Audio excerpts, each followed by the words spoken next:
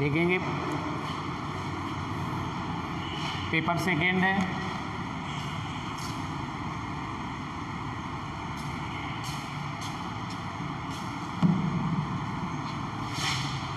विषय प्रारंभिक शिक्षा के नवीन प्रयास।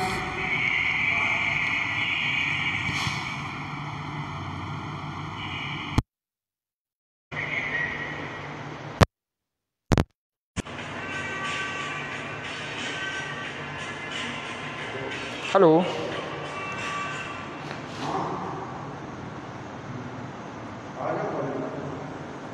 प्रारंभिक शिक्षा के नवीन प्रयास।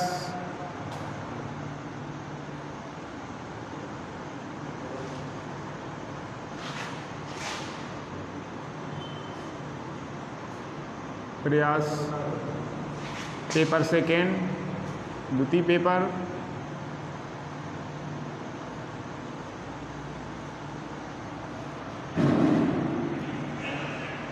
अब इसमें टॉपिक जो पढ़ेंगे उसी के आगे जो कल चल रहा था देखते हैं सभी लोग।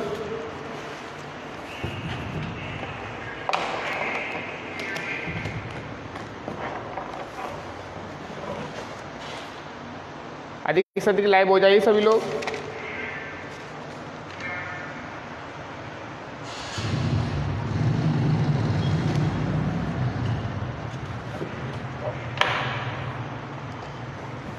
कल मैंने राष्ट्रीय शिक्षा नीति 1986 का परिचय, इसका इंट्रोडक्शन दिया। इसके बारे में मैंने सारी बातें बताई, कब इसकी स्थापना हुई, कैसे इसका आकलन करने के बाद गठन हुआ। उसके साथ साथ 12 खंडों में इसका विभाजित होना, उन खंडों के बारे में मैंने सारा डिटेल समझाया भी था। पीडीएफ के ग्रुप में डाल भी दिया गया है और बोर्ड पे भी मैंने समझा दिया था। सभी लोग अधिक से अधिक लाइव हो जाइए। आज जो टॉपिक चलेगा उसी के आगे देखेंगे सभी लोग।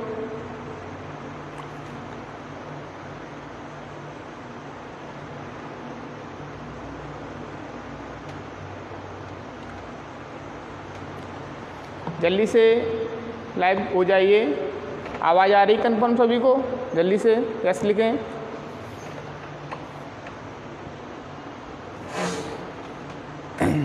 सभी को गुड मॉर्निंग।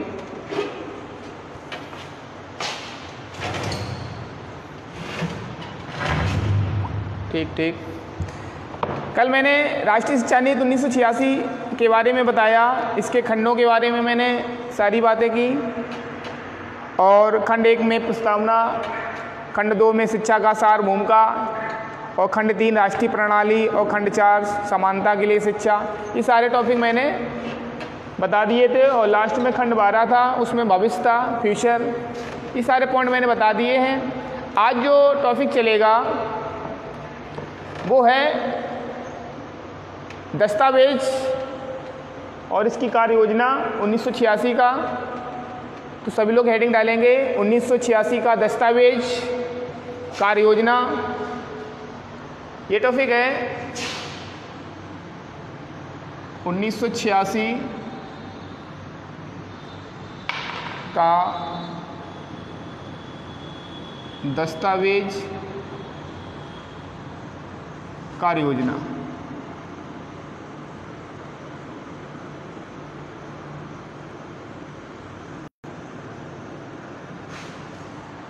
ये भी पूछा जाता है।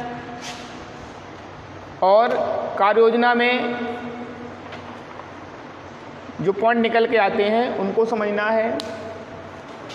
1986 का दस्तावेज कार्य योजना में work plan of the documents 1986, मई 1986 में राष्ट्रीय शिक्षा नीति की घोषणा की गई। मई 1986 में राष्ट्रीय शिक्षा नीति की घोषणा की गई और नवंबर 1986 में इसकी कार्य योजना नामक दस्तावेज प्रकाशित किया गया। तो 2 तारीख याद रखना, 1986 मई 1986 में राष्ट्रीय शिक्षा नीति की घोषणा होना और नवंबर 1986 में इसकी कार्य योजना नामक दस्तावेज प्रकाशित किया गया। तो 2 पॉइंट निकल के आते हैं। मई 1986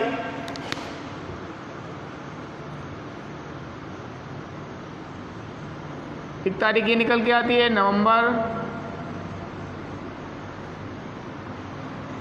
1986। इसमें तो राष्ट्रीय शिक्षा नीति की घोषणा की गई, इसमें दस्तावेज प्रस्तुत किया गया या प्रकाशित किया गया। और यह कार्य योजना 24 खंडों में विभाजित है। ये भी पॉइंट याद रखना। कार्य योजना 24 खंडों में विभाजित। ये विशेष तौर पर पॉइंट याद रखने हैं। उन पॉइंटों को मैं डिटेल से समझाऊंगा। जैसे मैंने राष्ट्रीय शिक्षा नीति 12 खंडों में विभाजित थी, उसकी कार्य योजना जो दस्तावेज है वो 24 खंडों में विभाजित हुआ है। तो इसमें लिखना कैसे है आपको, मई 1986 में राष्ट्रीय शिक्षा नीति की घोषणा की गई और नवंबर 1986 में इसकी कार्य योजना नामक दस्तावेज प्रकाशित किया गया। यह कार्य योजना 24 खंडों में विभाजित है, जो निम्न प्रकार से दर्शाया गया है। उन खंडों को आपको देखना भी है, खंड 1 में क्या है, खंड 2 में क्या है। मैं कुछ खंड आपको यहाँ दर्शा भी रहा हूँ, कुछ खंड मैं बताऊँगा, वो आप सुन लें। इसकी PDF आपको ग्रुप में डाली जाएगी, तो उससे आप रिवाइज बार बार कर सकते हैं। तो खंड 1, 2, 3 कुछ मैं खंड आपको दर्शा रहा हूँ बोर्ड पे। खंड 1, खंड 2, खंड 3, खंड 4, खंड 5,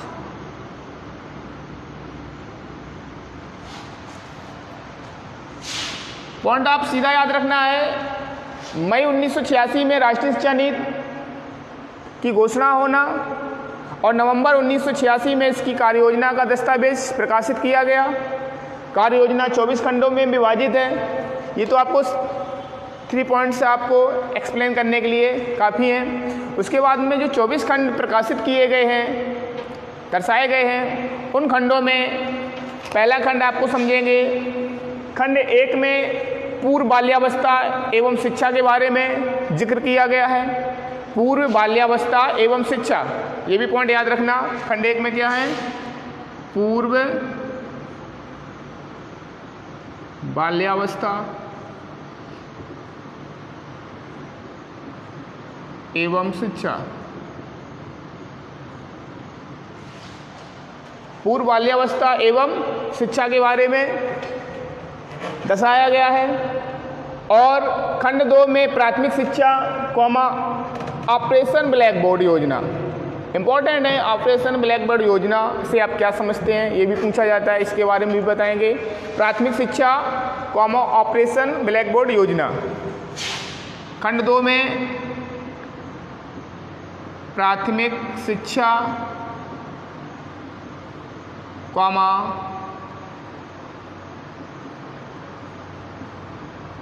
ऑपरेशन ब्लैक बोर्ड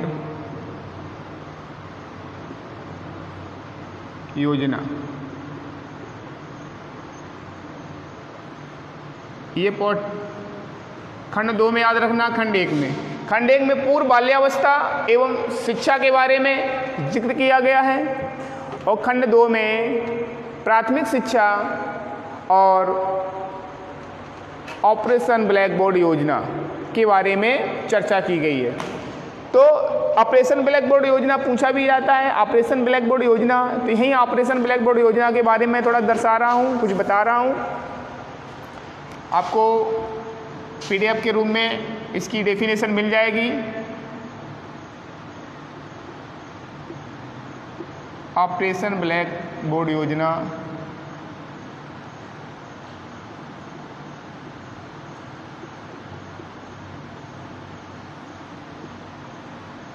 इसमें समझना क्या है, पूछा जाता है ऑपरेशन ब्लैक बोर्ड योजना खंड 2 में दर्शाया गया है। पूछा जाता है ऑपरेशन ब्लैक बोर्ड योजना से आप क्या समझते हैं, तो इसको थोड़ा समझ लें यहीं पे। प्रत्येक प्राथमिक विद्यालय में कम से कम 2 बड़े कमरे, ये ब्लैक बोर्ड योजना के बारे में बता रहा हूँ। प्रत्येक प्राथमिक विद्यालय में कम से कम 2 बड़े कमरे कॉमा 1 बारामदा तथा शौचालयों की पर्याप्त व्यवस्था की जाए। कंडीशन क्या है इसमें, प्राथमिक विद्यालय में कम से कम 2 बड़े कमरे होने चाहिए और 1 बारामदा और शौचालय की पर्याप्त व्यवस्था की जाए। प्रत्येक विद्यालय में कम से कम 2 शिक्षक हों, ये भी बात कही गई है ऑपरेशन ब्लैक बोर्ड योजना में। प्रत्येक विद्यालय में कम से कम 2 शिक्षक हों, जिनमें से जहाँ तक संभव हो सके 1 महिला अध्यापिका हो। मतलब 2 शिक्षकों में 1 महिला अध्यापिका की बात भी कही गई है। तो इसके बारे में भी कहा गया है। साथ ही विद्यालयों में ब्लैक बोर्ड कॉमा खिलौने, चार्टों तथा उचित फर्नीचर, पठन पाठन की सामग्री का प्रबंध हो। और इस योजना को ही ऑपरेशन ब्लैक बोर्ड योजना के नाम से भी जाना जाता है।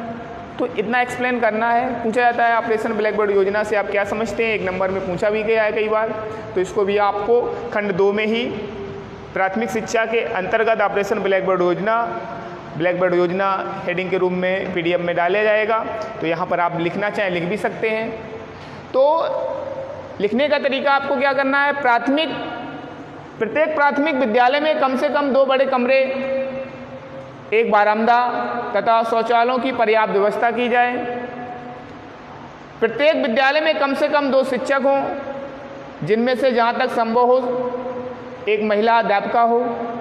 साथ ही विद्यालयों में ब्लैक बोर्ड कॉमा खिलौने कॉमा चार्ट तथा उचित फर्नीचर एवं पठन पाठन सामग्री का प्रबंध हो।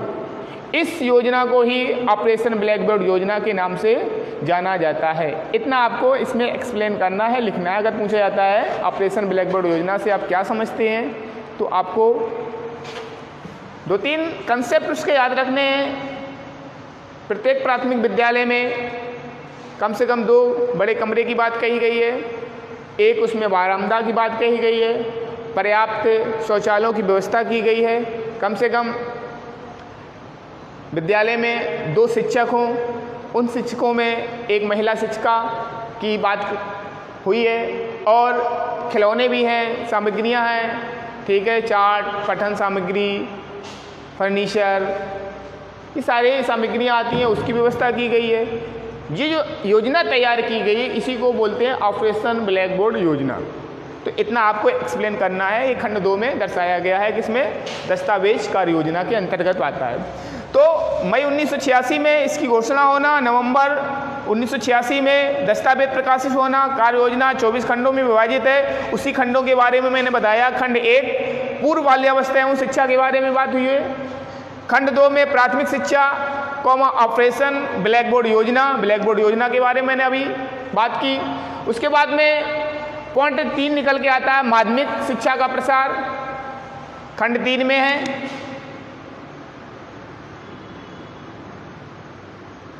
माध्यमिक शिक्षा का प्रसार, ये खंड 3 में बात कही गई है, माध्यमिक शिक्षा का प्रसार। तो ये भी आपको सिंपल है, पॉइंट याद कर सकते हैं आसानी से, माध्यमिक शिक्षा का प्रसार। तो 3 टॉपिक हुए। पहले टॉपिक में आपको सीधा समझना है पूर्व बाल्यावस्था एवं शिक्षा के बारे में बात की है।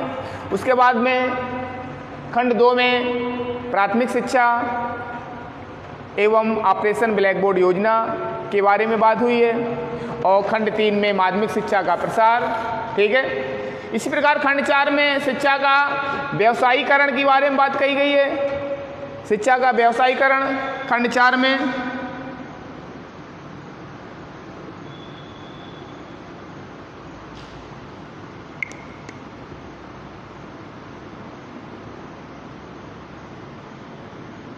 ये याद रखना, शिक्षा का व्यवसायीकरण।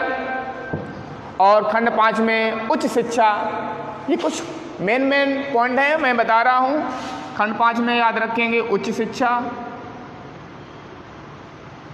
ऐसे बहुत से खंड हैं, टोटल खंड आपको मैं सिर्फ समझा दे रहा हूँ। इसी प्रकार खंड लास्ट में जो 24 है, उस सारे खंड के बारे में मैं एक बार रिवाइज कर दे रहा हूँ। सुन लें सभी लोग, इसकी ग्रुप में PDF डाली जाएगी, उससे आप आसानी से लिख सकते हैं।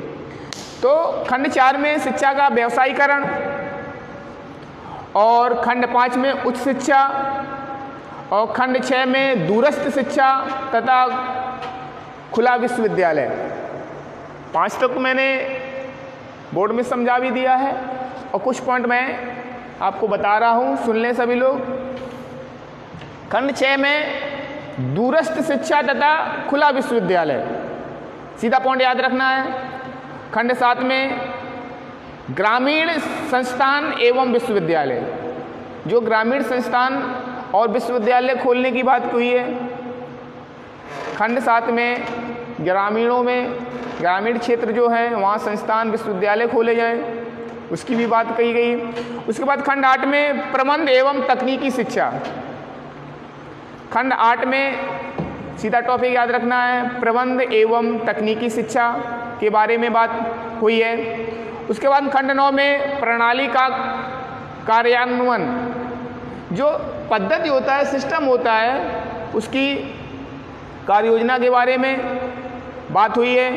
तो इसी प्रकार से कह सकते हैं खंड 9 में प्रणाली का कार्यान्वयन, तो कार्यान्वयन हुआ है। उसके बाद में खंड 10 में रोजगार की उपलब्धता। खंड 10 में क्या याद रखेंगे? रोजगार की उपलब्धता, रोजगार के बारे में बात हुई है खंड 10 में। इसी प्रकार खंड 11 आता है शोध तथा विकास, इस पॉइंट को याद रखना। खंड 11 में क्या बात हुई है? शोध तथा विकास के बारे में बात हुई है। इस प्रकार खंड 12 में स्त्री शिक्षा, कुछ टॉपिक आपको इसमें विशेष तौर पर याद भी रखने हैं और सीधे सीधे खंड के बारे में पढ़ना भी है और याद रखना है। खंड 12 में स्त्री शिक्षा के बारे में बात हुई है। उसके बाद खंड 13 में अनुसूचित जात, जनजात एवं पिछड़े वर्ग के बच्चों की शिक्षा। 2-3 बार इन खंडों को रिवाइज करेंगे, आपको माइंड में ये कंसेप्ट याद बने रहेंगे। तो खंड 13 में अनुसूचित जात, जनजात और पिछड़े वर्ग के जो बच्चों की शिक्षा के बारे में बात हुई है। इस प्रकार खंड 14 आता है। खंड 14 में अल्पसंख्यकों की शिक्षा की व्यवस्था, जो अल्पसंख्यक लोग हैं उसकी शिक्षा की व्यवस्था की योजना इसमें बनाई गई। उसके बाद खंड 15 में विकलांगों की शिक्षा, इम्पोर्टेंट है विकलांगों की शिक्षा, तो खंड 15 में जिक्र किया गया है। इसी प्रकार और भी पॉइंट इसके आते हैं। खंड 16 प्रौढ़ शिक्षा, आपने पढ़ा होगा बाल्यावस्था में, किशोरावस्था, उसके बाद में प्रौढ़ावस्था, युवावस्था, ये चीज़ें कार्य हैं। तो इसमें प्रौढ़ शिक्षा के बारे में खंड 16 में कहा गया है। उसके बाद में खंड 17, जो खंड 17 है उसमें स्कूली शिक्षा की विषय वस्तु की बात हुई है। किसकी बात है? खंड 17 में स्कूली शिक्षा की विषय वस्तु। स्कूली शिक्षा की विषय वस्तु याद रखना। खंड 18 में परीक्षा प्रणाली का मूल्यांकन, ये भी पॉइंट आपको याद रखना है। खंड 18 में परीक्षा प्रणाली का मूल्यांकन। और खंड 19 में स्वास्थ्य शिक्षा तथा युवा, तो स्वास्थ्य शिक्षा के बारे में खंड 19 में बात हुई है। और खंड 20 में भाषा, लैंग्वेज के बारे में बात कही गई है। तो खंड आपको 20 में भाषा याद रखना है। उसी प्रकार खंड 21 आता है सांस्कृतिक कार्यक्रम। खंड 21 को याद रखना है, सांस्कृतिक कार्यक्रम के बारे में बात हुई है। उसके बाद खंड 22 दृश्य श्रव्य सामग्री। खंड 22 में याद रखना है दृश्य श्रव्य सामग्री, ये पॉइंट को आपको याद रखना है। नेक्स्ट पॉइंट आता है खंड 23 अध्यापक तथा अध्यापक प्रशिक्षण। पूछा जाए खंड 23 में क्या जिक्र किया गया है, तो अध्यापक और अध्यापक प्रशिक्षण के बारे में बात हुई है। उसके बाद खंड 24 लास्ट खंड आता है शिक्षा की व्यवस्था। लास्ट खंड में क्या है? शिक्षा की व्यवस्था। तो इन खंडों को थोड़ा विशेष तौर पे याद रखना है, ये पूछा भी जाता है। तो खंड 1 से लेकर 24 तक सारे खंडों के बारे में मैंने बताया। जिन बच्चों को नहीं समझ में आया तो इस ग्रुप में PDF डाल दी जाएगी, उसको बार बार रिवीजन कर लेना, तो कंसेप्ट उसके कंफर्म हो जाएंगे। क्योंकि सुनने से कुछ टॉपिक याद होते हैं, कुछ भूल भी जाते हैं। तो उन टॉपिकों को तैयार करने के लिए इसलिए आपको ग्रुप में PDF डाली जाती है, उसका बार बार रिवीजन करें क्योंकि आपको कंसेप्ट याद बने रहें। तो इसमें थोड़ा बेसिक तौर पर समझ लें एक बार। 1986 का दस्तावेज की जो कार्य योजना बनाई गई, तो मई 1986 में राष्ट्रीय शिक्षा नीति की घोषणा होना, उसके बाद में उसका दस्तावेज प्रकाशित नवंबर 1986 में होना। तो दस्तावेज कुल खंडों में जो विभाजित था वो खंड कितने थे? 24 खंड थे। उसी खंडों के आधार पर मैंने 1 से लेकर 24 खंडों की बात की। उन खंडों को थोड़ा समझते हुए खंड 1 में पूर्व बाल्यावस्था एवं शिक्षा, इसी प्रकार खंड 2 में प्राथमिक शिक्षा और ऑपरेशन ब्लैक बोर्ड योजना। ऑपरेशन ब्लैक बोर्ड योजना के बारे में मैंने दर्शाया है, ये पूछा भी जाता है, इसको सभी लोग कंफर्म कर लेना। ऑपरेशन ब्लैक बोर्ड योजना, ठीक है। प्राथमिक विद्यालय में कम से कम 2 बड़े कमरे, 1 बारामदा और शौचालय की पर्याप्त व्यवस्था, और प्रत्येक विद्यालय में कम से कम 2 शिक्षक, संभव हो सके 1 महिला अध्यापिका। और इस योजना के अंतर्गत इसमें सामग्रियां भी प्रकाशित की गई, फर्नीचर है, जैसे खिलौने हैं, चार्ट है, पठन सामग्री, ठीक है, आदि इसमें व्यवस्था की जाए। और जो योजना ये बनाई गई, ठीक है, इसी को नाम दिया गया ऑपरेशन ब्लैक बोर्ड योजना। तो इसमें ये कई टॉपिक निकल के आते हैं। इसी प्रकार खंड मैंने 2-3 बोर्ड में मैंने दर्शा भी दिए थे। तो खंड 3 में माध्यमिक शिक्षा का प्रसार, ये तो मैंने जिक्र कर ही दिया है। खंड 4 में शिक्षा का व्यवसायीकरण, और खंड 5 में उच्च शिक्षा। इस प्रकार खंड 6 में दूरस्थ शिक्षा, ठीक है, तथा खुला विश्वविद्यालय। ऐसे कई पॉइंट हैं, इन पॉइंटों को मैं ग्रुप में डाल दूंगा, आपको बार बार इसका रिविजन कर लेना है। उसके बाद नेक्स्ट टॉपिक आता है राष्ट्रीय शिक्षा नीति के मूल तत्व, ठीक है, राष्ट्रीय शिक्षा नीति के मूल तत्व, इसके बारे में समझ लें सभी लोग। नेक्स्ट हेडिंग आएगी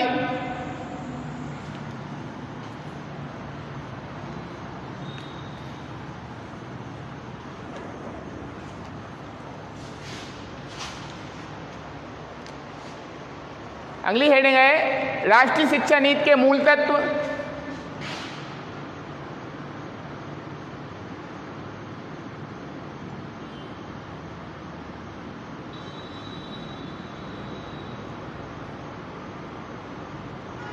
मूल तत्व,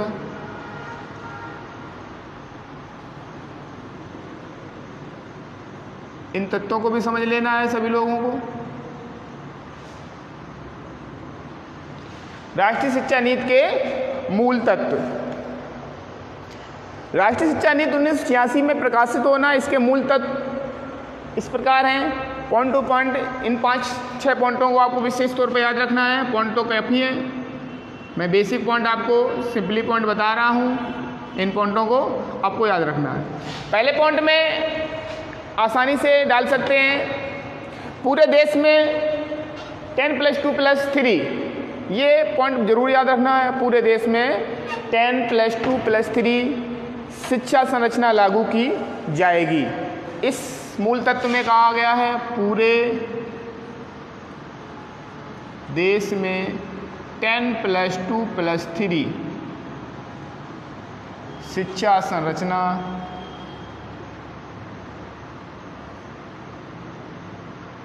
ठीक है। तो 10+2+3 शिक्षा संरचना लागू की जाएगी, ये भी बात हुई है, तो इस पॉइंट को याद रखना।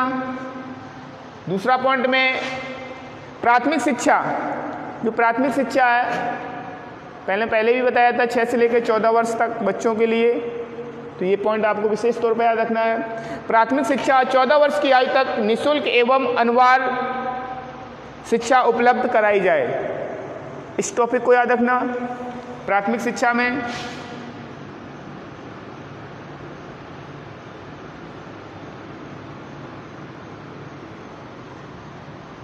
चौदह वर्ष तक जो शिक्षा है निःशुल्क उपलब्ध कराई जाए, इस मूल तत्व के अंतर्गत इस टॉपिक को डाल सकते हैं। तो प्राथमिक शिक्षा 14 वर्ष की आयु तक निःशुल्क एवं अनिवार्य शिक्षा उपलब्ध कराई जाए।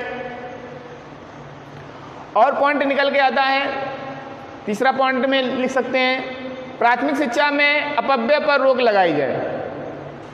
प्राथमिक शिक्षा में अपव्यय पर रोक लगाई जाए। और चौथा पॉइंट में विकलांगों की शिक्षा के लिए विशेष प्रयास किए जाएंगे।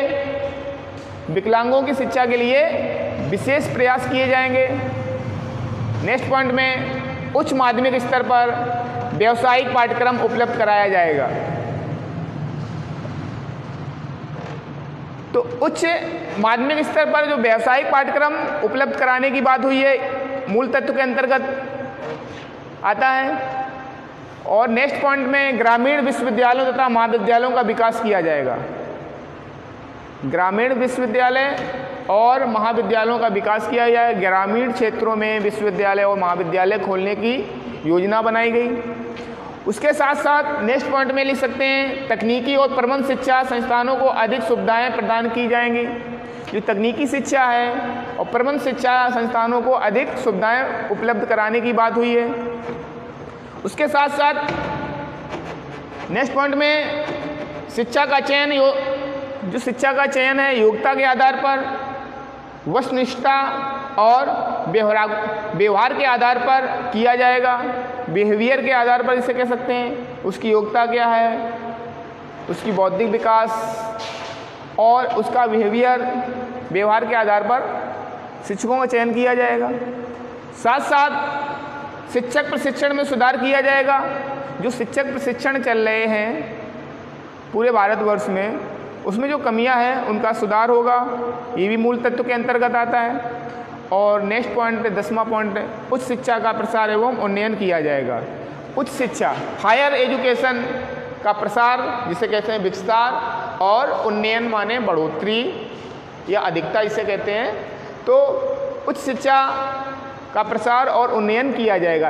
ये कई पॉइंट इसके निकल सकते हैं, सारे पॉइंट आपको याद करने की ज़रूरत नहीं है। कुछ मेन पॉइंट आप, जैसे मैंने पीडीएफ में कई पॉइंट दर्शा भी दिए हैं, किताबों में भी कम ज़्यादा दिए हैं। तो उन पॉइंटों में जैसे आपको एक्सप्लेन नंबर के हिसाब से आपको लिखना कितने नंबर का आ रहा है प्रश्न, उसी आप पूछा जाता है। राष्ट्रीय शिक्षा नीति के मूल तत्व से आप क्या समझते हैं, उन तत्वों को, 3 गुणों को या 3 पॉइंटों को दर्शाना है। जैसे 1 नंबर में पॉइंट आता है तो आपको ज़्यादा से ज़्यादा 4-5 से ज़्यादा लिखना नहीं है, ठीक है।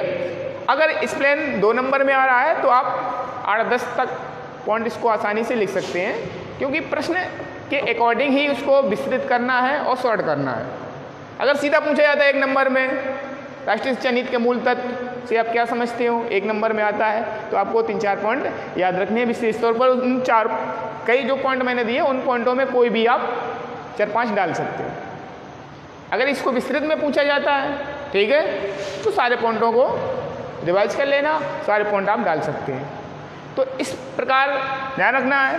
पहले पॉइंट में पूरे देश में 10+2+3 शिक्षा संरचना लागू की जाएगी। उसके साथ साथ प्राथमिक शिक्षा में 14 वर्ष तक बच्चों को निःशुल्क और अनिवार्य शिक्षा उपलब्ध कराई जाएगी, ये भी बात हुई है।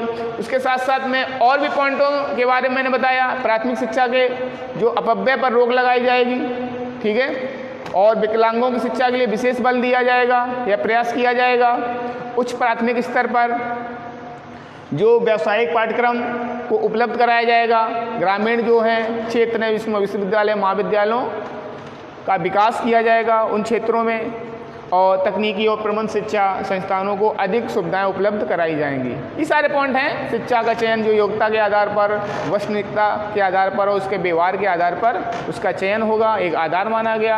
और प्रशिक्षण जो टीचर ट्रेनिंग जो हैं उनमें सुधार करने की बात हुई है, और उच्च शिक्षा का प्रसार और उसका विकास उन्नयन करने की बात की। ये सारे पॉइंट निकल के आते हैं। इन पॉइंटों को विशेष तौर पर आपको याद रखना है।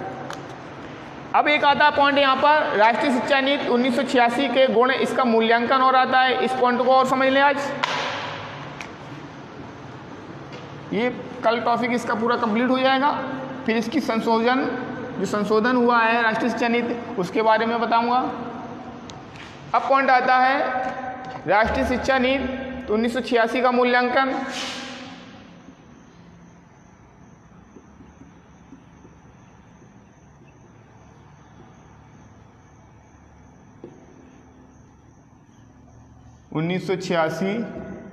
का मूल्यांकन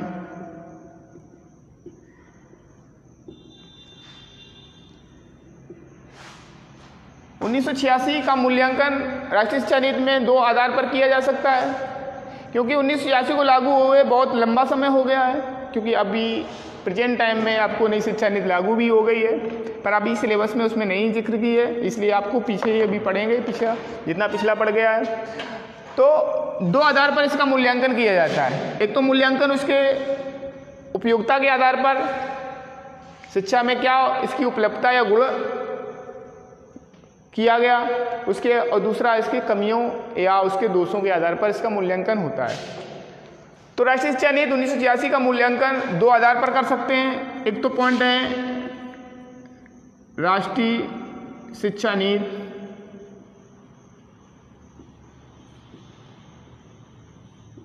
उन्नीस के गुणों के आधार पर पहला पॉइंट दर्शा सकते हैं। इन पॉइंटों में मैं जिक्र कर रहा हूं, इन पॉइंटों को विशेष तौर पर याद रखना है, पूछे भी गए हैं कई बार, आते भी हैं।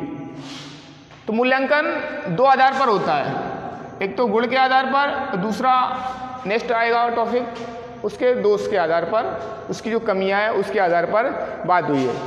तो राष्ट्रीय शिक्षा नीति के जो पहला गुण निकल के आता है, ये गुण पूछे भी जाते हैं। राष्ट्रीय शिक्षा नीति 1986 के 2 गुण बताइए, ठीक है, 1 या 2 नंबर में प्रश्न पूछा भी गया है, तो आप आसानी से लिख सकते हैं। तो पहला पॉइंट, राष्ट्रीय शिक्षा नीति में घोषित शिक्षा संस्थान, जो राष्ट्रीय शिक्षा नीति जो उसमें घोषित शिक्षा संरचना जो बनाई गई, तो आपको सबको पता है 10+2+3 के बारे में बात हुई है, पूरे देश में अनिवार्य रूप से लागू किया गया। तो पहले पॉइंट में इसमें भी आप डाल सकते हैं 10+2+3 शिक्षा संरचना लागू की जाएगी अनिवार्य रूप से, ठीक है। तो आपको लिखना कैसे है, राष्ट्रीय शिक्षा नीति में घोषित शिक्षा संस्थान जो संरचना है, संस्थानों में शिक्षा संरचना लागू की जाएगी, वो 10+2+3 को पूरे देश में लागू किया जाएगा। ये पहला पॉइंट लिख सकते हैं। दूसरे पॉइंट में प्राथमिक शिक्षा में सुधार के लिए जो ब्लैक बोर्ड योजना बनाई गई, उसके द्वारा 90% प्राथमिक स्कूलों को इस योजना का लाभ मिल चुका है। जो ब्लैक बोर्ड योजना बनाई गई है, तो उसमें 90% विद्यालयों को इसका लाभ मिला है, ठीक है। नेक्स्ट पॉइंट में लिख सकते हैं ग्रामीण क्षेत्रों में गति निर्धारण विद्यालय खोलने के लिए कहा गया, ठीक है। और 2012 तक 586 नवोदय विद्यालय स्थापित किए जा चुके हैं, ये भी उसमें डाल सकते हैं। नेक्स्ट पॉइंट में, इस शिक्षा नीति की घोषणा के बाद 1986 में दिल्ली में इंदिरा गांधी राष्ट्रीय मुक्त विश्वविद्यालय की स्थापना की गई। 1986 में राष्ट्रीय शिक्षा नीति की घोषणा होने के बाद में 1986 दिल्ली में इंदिरा गांधी राष्ट्रीय मुक्त विश्वविद्यालय की घोषणा की गई। उसके साथ साथ एक दो पॉइंट और लिख सकते हैं। शिक्षक प्रशिक्षण के लिए 2011 तक 555 जिला शिक्षण एवं प्रशिक्षण संस्थान तथा 104 शिक्षण प्रशिक्षण महाविद्यालयों को शिक्षक महाविद्यालयों में समन्वित किया गया। ठीक है, ये कई पॉइंट हैं, इसके सारे पॉइंट आपको ग्रुप में डाल दिए जाएंगे और सेट टॉपिक में कल इसको रिवाइज कर दूंगा, आपको ग्रुप में सारे पॉइंट डाले जाएंगे। ठीक है, सभी लोगों को ओके।